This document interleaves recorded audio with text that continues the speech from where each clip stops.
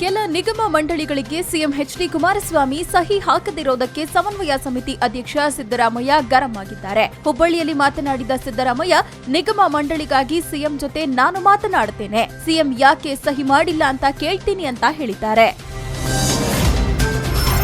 High command ಶಿಫಾರಸು ಮಾಡಿರುವ ನಿಗಮ ಮಂಡಳಿ ಪಟ್ಟಿಯನ್ನ ಸಿಎಂ ಕುಮಾರಸ್ವಾಮಿ ಪ್ರಶ್ನಿಸಿಲ್ಲ ಅಂತ ಡಿಸಿಎಂ ಡಾಕ್ಟರ್ ಜಿ ಪರಮೇಶ್ವರ್ ಹೇಳಿದ್ದಾರೆ.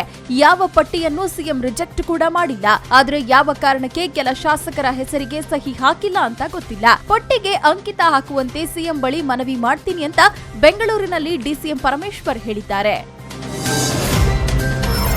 ನಿಗಮ ಮಂಡಳಿ ಅಧ್ಯಕ್ಷ ಸ್ಥಾನ ಕೈತಪ್ಪಿದ್ದಕ್ಕೆ ಜೆಡಿಎಸ್ ವಿರುದ್ಧ ಚಿಕ್ಕಬಳ್ಳಾಪುರ ಕಾಂಗ್ರೆಸ್ ಶಾಸಕ ಡಾಕ್ಟರ್ ಸುಧಾಕರ್ ಬೇಸರಗೊಂಡಿದ್ದಾರೆ.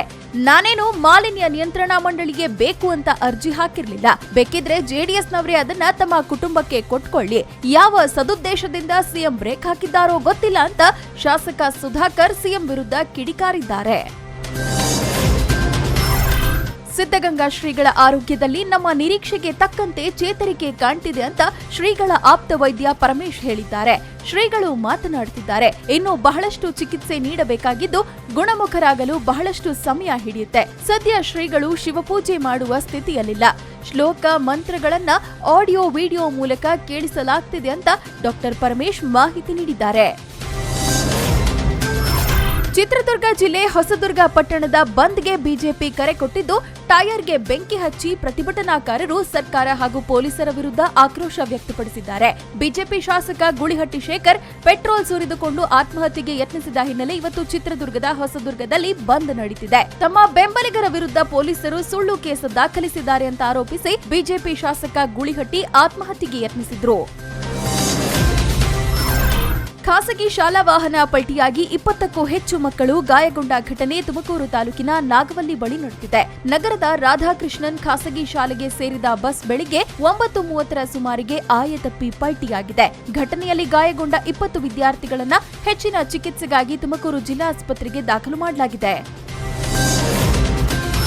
ಉಡುಪಿಯ ಮಲ್ಪೆಯಲ್ಲಿ ನಿನ್ನೆ ನಡೆದ ಮೀನುಗಾರರ ಬೃಹತ್ ಪ್ರತಿಭಟನೆಯಿಂದಾಗಿ ಮೀನುಗಾರರಿಗೆ ಸುಮಾರು 11 ಕೋಟಿ ರೂಪಾಯಿ ನಷ್ಟವಾಗಿದೆ. ಉಡುಪಿಯಲ್ಲಿ 6 ಕೋಟಿ ರೂಪಾಯಿ ಮತ್ತು ಮಂಗಳೂರಿನಲ್ಲಿ ಸುಮಾರು 5 ಕೋಟಿ ರೂಪಾಯಿ ನಷ್ಟವಾಗಿದೆ. ನಾಪತ್ತೆಯಾಗಿರುವ 7 ಮೀನುಗಾರರನ್ನ ಹುಡುಕಿ ಕೊಡುವಂತೆ ಮೀನುಗಾರರು ನಿನ್ನೆ ಸಮುದ್ರಕ್ಕಿಳಿಯದೆ ರೋಡಿಗಿಳಿದು ಬೃಹತ್ ಪ್ರತಿಭಟನೆ ನಡೆಸಿದ್ರು. ಉದ್ಯೋಗಿಗಳಿಗೆ ಸಂಬಳ ನೀಡೋಕೆ ಎಚ್ಎಎಲ್ ಬಳಿ ಹಣ ಇಲ್ಲದಿರೋದು ಆಶ್ಚರ್ಯ ತಂದಿದೆ ಅಂತ ಎಐಸಿಸಿ ಅಧ್ಯಕ್ಷ ರಾಹುಲ್ ಗಾಂಧಿ ವಾಗ್ದಾಳಿ ನಡೆಸಿದ್ದಾರೆ. ಈಗ ಅನಿಲ್ ಅಂಬಾನಿ ರಫೇಲ್ ಹೊಂದಿದ್ದಾರೆ. ಸಂಬಳ ಸಿಗದೆ ಎಚ್ಎಎಲ್ನ ಬೆಸ್ಟ್ ಇಂಜಿನಿಯರ್ಸ್ ಹಾಗೂ ವಿಜ್ಞಾನಿಗಳು ಅನಿಲ್ ಅಂಬಾನಿಗಾಗಿ ದುಡಿಯೋ ಒತ್ತಡದಲ್ಲಿದ್ದಾರೆ ಅಂತ ರಾಹುಲ್ ಗಾಂಧಿ ಟ್ವಿಟರ್ನಲ್ಲಿ ಮೋದಿ ಸರ್ಕಾರದ ವಿರುದ್ಧ ವಾಗ್ದಾಳಿ ನಡೆಸಿದ್ದಾರೆ. ಕುಂಬಳಕಾಯಿ ಒಡೆಯುವ ಮೂಲಕ ಗೋಲ್ಡನ್ ಸ್ಟಾರ್ ಗಣೇಶ್ ಅಭಿನಯದ ಗಿಮಿಕ್ ಸಿನಿಮಾ ಶೂಟಿಂಗ್ ಮುಕ್ತಾಯಗೊಳಿಸಿದೆ. ಗಿಮಿಕ್ ಹೆಸರಿನ ಹಾರರ್ ಸಿನಿಮಾದಲ್ಲಿ ಗಣಿ ನಟಿಸುತ್ತಿದ್ದು, ಸದ್ಯ ಚಿತ್ರದ ಫಸ್ಟ್ ಲುಕ್ ಪೋಸ್ಟರ್ ಸದ್ದು ಮಾಡುತ್ತಿದೆ. ಗೋಲ್ಡನ್ ಸ್ಟಾರ್ ಗಣೇಶ್ ಹಾಗೂ ರೋನಿಕಾ ಸಿಂಗ್ ಗಿಮಿಕ್ ಸಿನಿಮಾ ಮೂಲಕ ಸಿನಿ ರಸಿಕರಿಗೆ ಭರಪೂರ ಮನರಂಜನೆ ನೀಡಲಿದ್ದಾರೆ. ಕನ್ನಡದ ಗಾಳಿಪಟ ಚಿತ್ರದ ನಟಿ ಭಾವನಾ ಬಾಲಿವುಡ್ ಕಡೆ ಮುಖ ಮಾಡಿದ್ದಾರೆ. ಬೈಪಾಸ್ ರೋಡ್ ಎಂಬ ಸಿನಿಮಾ ಮೂಲಕ ಭಾವನಾ ಬಿ ಟೌನ್ಗೆ ಎಂಟ್ರಿ ಕೊಟ್ಟಿದ್ದಾರೆ. ಚಿತ್ರದಲ್ಲಿ ನೀಲ್ ನಿತಿನ್ ಮುಖೇಶ್ ಜೊತೆ ನಟಿ ಭಾವನಾ ಸ್ಕ್ರೀನ್ ಶೇರ್ ಮಾಡಿಕೊಂಡಿದ್ದಾರೆ. ಇನ್ನು ಈ ಚಿತ್ರದಲ್ಲಿ ಸೋನಿಯಾ ಎಂಬ ಐಷಾರಾಮಿ ಮಹಿಳೆಯ ಪಾತ್ರದಲ್ಲಿ ಭಾವನಾ ಬೋಲ್ಡ್ ಆಗಿ ಕಾಣಿಸಿಕೊಂಡಿದ್ದಾರೆ ಎನ್ನಲಾಗಿದೆ.